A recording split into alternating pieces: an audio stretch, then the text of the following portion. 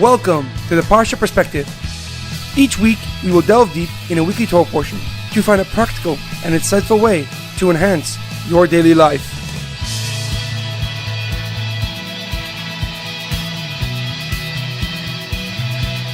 Thank you for tuning in. My name is Shalom Yemini. Each week, we will look in the weekly Torah portion to find inspiration that will complement your daily life and intensify your connection to God. This week's episode is dedicated in the memory of the 11 Kedoshim that were taken before their time in Pittsburgh last week on Shabbos. Hashem Yimkam Damam. May God comfort their family and friends, their community, and the entire Klal Yisrael. This week's Torah portion is Parshas Chayei Sarah, the life of Sarah, which talks about the burial of Sarah Imenu and the marriage of Yitzchak to Rivka. Many questions come to mind when studying this Parsha. The Parsha's name is called Chayei Sarah, the life of Sarah, and yet she passes away in the second verse of this week's Parsha. How come the Torah names the whole entire portion after the life of Sarah when she passes away in the beginning of this week's Torah portion, and we speak about her burial and so on? Another question that comes to mind is that after she passes away, the pasuk says that Avraham came and wept for Sarah and mourned for her. 5 words. Did Torah not have more than 5 words to mourn for our first matriarch, Sarah Imenu? Did Avraham not care enough to mourn for longer, that the Torah should be more outspoken about his mourning? Did Avraham not just lose his wife, his partner, the person that Hashem promised that will create the Jewish nation with him?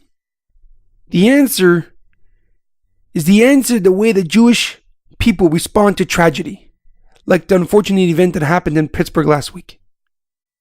Yes, Avraham did mourn, but what else did he do? He wanted to continue the legacy created by Sarah, her son Yitzchak, and therefore he sends his servant right away to make sure that his son gets married and continues on the Jewish people and fulfill the promise that Hashem has promised them of making a nation that will be as multiple as the stars in the sky and the sand in the earth. We see exactly how Avraham continued Sarah's legacy by making the marriage between his son Yitzchak and Rivka.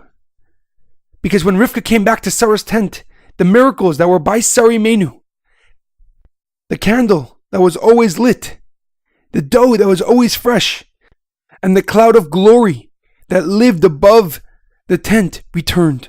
The Jewish answer to tragedy is legacy, which means continuously the legacy that it will be forever engraved in our identity, in our Jewish history. Do not let the evil prevail. Do not let it overtake our lives. Create new legacies, continue on legacies, start movements in their memory, so their names will never be forgotten from the Jewish people. That is the Jewish answer to tragedy. Continuing legacies, making them engraved in our identity, so quintessential to our purpose and meaning, they will never forget their names. That is why when a person passes away, we create a Torah in their memory, because Torah is eternal, and writing a Torah makes their memory eternal. In our daily life, we must create legacies that will continue on way past us. We must engrave ourselves in the identity of the Jewish people by taking on learning, extra learning, if you do already, extra Torah mitzvahs, charity, creating institutions, because that is the answer to tragedy. Yes, you should mourn, but then go and create legacies and continue on legacies that will be forever in the Jewish people. We should not let such evil prevail. We take this darkness and transform it into light. Take something that is so bad and try to see something positive that we can take out of it, become stronger, more unified. Right now, today, take on a mitzvah. give more charity, do something special in their memory, and start your own legacy. Start your own legacy that will live on way past you and your children. People 200 years from now will say, I know who he is, because he created this institution, this idea that is forever engraved in Jewish history. There's a story in the Gemara about a man who was traveling through some fields, and he saw an older man planting a tree. So he stops his carriage and he goes and speaks to this person. He asked him, what is he planting? And he responded, a date tree. The traveler responded by saying, date trees take a very, very long time to bear fruit. Why are you planting something that you might not see the fruit of your hard labor? The elderly man responded that I was born into a flourishing world filled with ready trees because my parents and grandparents had the foresight to plant for the next generations.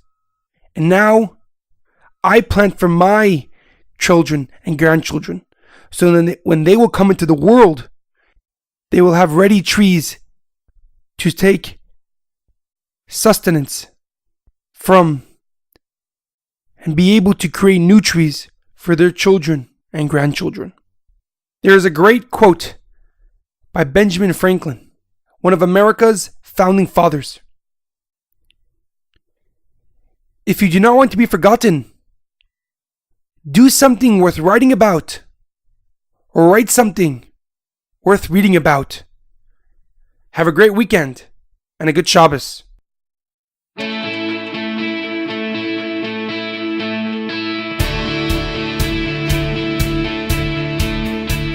Thank you for tuning in to the Parsha Perspective. Check out our website, theparshaperspective.com. Send thoughts and comments to theparshaperspective@gmail.com. Till next time, thanks for listening.